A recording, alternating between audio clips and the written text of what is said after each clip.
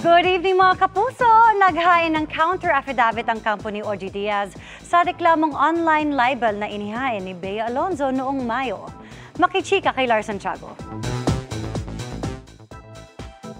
Natulog pa po kayo na nabasa at naiintindihan nyo itong counter affidavit nyo? Naghain ng counter affidavit sa Quezon City Prosecutor's Office ang showbiz columnist na si OG Diaz at co-hosts niya sa online show para sa reklamong online libel na inihain ni Bea Alonzo noong Mayo.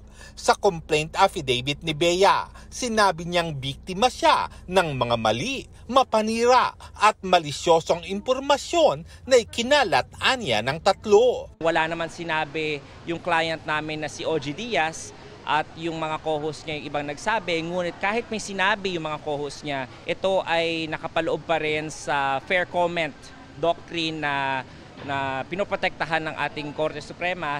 Nagsampa rin ng counter-charge na perjury ang co-host ni OG na si Loy Villarama laban kay Bea. Dahil sa complaint affidavit daw ng aktres ay pinalalabas na nagsabi si Villarama ng mga mapanirang salita kahit wala naman daw itong sinabi. Ayon sa abogado ng tatlo, bukas ang kanilang panig sakaling magkaroon ng pag-uusap o mediation.